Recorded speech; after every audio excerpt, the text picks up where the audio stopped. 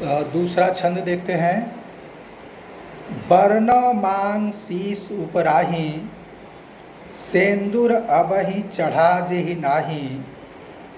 बिनु सेंदूर अस जानहु दिया, उजियर पंथ रैन मह किया। कंचन रेख कसौटी कसी, जनु घन मह दामिनी पर घसी। सूरज किरिन जनु गगन विसेखी, जमुना माह सुरसती देखी। खाड़े धार रुहिर जनु भरा, करवत लेई बेनी पर धरा। तेहि पर पूरी धरे जो मोती, जमुना माझ गंग कै सोती। करवत तपा लेई होई चूरू, मकुसो रुहिर तेई सेंदूरू। कनक दुआदस बानी होई, चह सुहाग वह मांग। सेवा करहि नखत सब, उवै गगन जस गांग। अब पद्मावती के सिर और बालों के सौंदर्य के वर्णन के बाद कवि उसकी मांग के सौंदर्य का वर्णन करता है। बरन मांग शीस उपराही, अब उसके सिर के ऊपर की मांग का मैं वर्णन करता हूँ। यह हीरामन तोता राजा रत्नसेन से कहता है। सेंदूर अबहि चढ़ा जेहि नाही, जिस मांग में अभी सिंदूर चढ़ा नहीं है।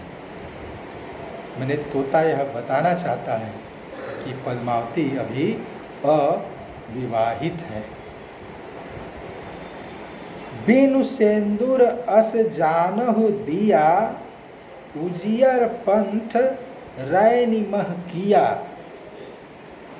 बिनु सेंदूर अस जानहु दिया, उसके मांग की चमक इतनी ज़्यादा है कि बगैर सिंदूर के भी उसकी मांग इतनी चमक रही है मानो कोई दीपक जल रहा।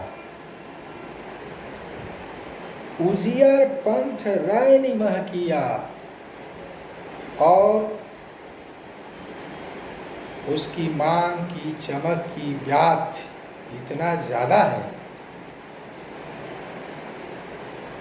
कवि अतिशयोक्ति अलंकार का इस्तेमाल करते हुए कहता है कि अंधेरी रात में रास्ता उजाला हो जाता है, रास्ता दिखने लगता है, राह प्रकाशित हो जाती है। इतनी अधिक चमक उसके बालों में है कि रात में भी अगर वो पद्मावती कहीं खड़ी हो जाती है तो पूरी राह उसकी मांग की चमक से दिखने लगती है, प्रकाशित हो जाती है। कंचन रेख कसौटी कसी, जनु घन मह दामिनी पर घसी। यहाँ लगातार जैसी सौंदर्य के वर्णन में लगातार उपमानों का इस्तेमाल कर रहे हैं। कंचन रेख कसौटी कसी, या कि उसकी मांग ऐसी है कि कंचन की रेखा है कसौटी पर कसी हुई। कसौटी एक काले रंग का पत्थर होता है जिस पर सोने को कसकर उसकी शुद्धता की परीक्षा की जाती है। स्वर्णकार किसी सोने की शुद्धता को जांचने के लिए उस काले रंग के पत्थर पर, जिसको कसौटी कहते हैं, उस सोने से एक गहरी रेखा खींचता है और उस रेखा पर कुछ रसायन डालकर फिर उसकी चमक देखकर सोने की शुद्धता की जांच करता है। तो वो कसौटी पत्थर काले रंग का होता है और उस पर दबाकर सोने की रेखा खींची जाती है, तो वो सोने की रेखा उस काले रंग की कसौटी पर बहुत अधिक चमकने लगती है। तो वहाँ से कवि ने यह अप्रस्तुत विधान चुना है कि कंचन रेख कसौटी कसी, कसौटी पर कसी हुई, कसौटी पर खींची हुई सोने की रेखा की तरह से उसकी मांग। अब बाल काले हैं तो मानो वो कसौटी पत्थर है और मांग चमक रही है, स्वर्णिम चमक है उसकी, इसलिए जो मांग है वह उस सोने की रेखा की तरह से है। जनु घन मह दामिनी परगसी, मानो उत्प्रेक्षा अलंकार, घन मह बादलों में दामिनी परगसी, बिजली चमक रही। काले बादलों के बीच जैसे बिजली चमकती है, ऐसे ही काले बालों के बीच पद्मावती की मां चमक रही है। सूरज किरण जनु गगन विसेखी, जमुना माह सुरसती देखी। सूरज किरण जनु गगन विसेखी, या आकाश में कोई सूर्य की विशेष चमकीली किरण हो, इस तरह से पद्मावती की मां चमक रही है।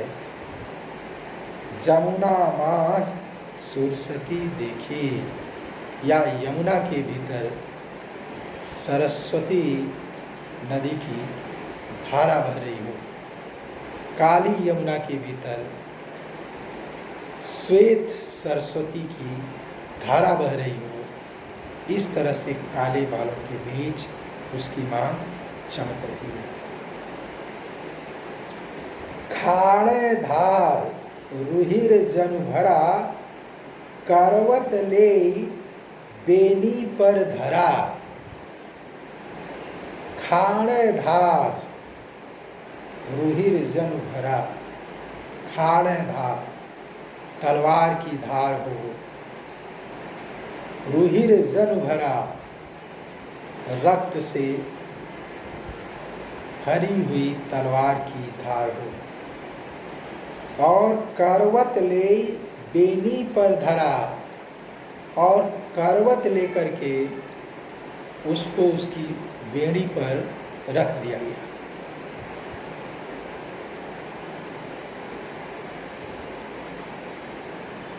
लोक विश्वास है कि जो काशी में मरता है उसको स्वर्ग मिलता है। कहा जाता है कि इसी लोक विश्वास या कि अंधविश्वास से मुक्त होने के लिए कबीर काशी से मगहर आ गए थे। तो अगर यह विश्वास है कि काशी में मरने से मोक्ष मिलता है, स्वर्ग मिलता है, तो लोग काशी में मरना पसंद करते हैं। इसीलिए पहले बुजुर्ग लोग काशी में कल्पवास किया करते थे। इसकी अति तो उस मैंने तब दिखती है जब इस विश्वास के तहत कुछ लोग स्वर्ग की या मोक्ष की लालसा में काशी में जाकर अपने को सिर से लेकर पैर तक चिरवा देते थे कि उनकी मौत काशी में इस तरह से हो जाएगी तो उनको मोक्ष मिलेगा। इसी चिरवाने को करवत लेना कहते थे। तो जायसी कहते हैं कि काले बालों के बीच उसकी मांग इस तरह से चमक रही है मानो किसी तलवार से किसी को करवत दिलाया गया हो, किसी ने करवत लिया हो और रुधिर से युक्त वह तलवार पद्मावती के मांग पर रखी हुई है।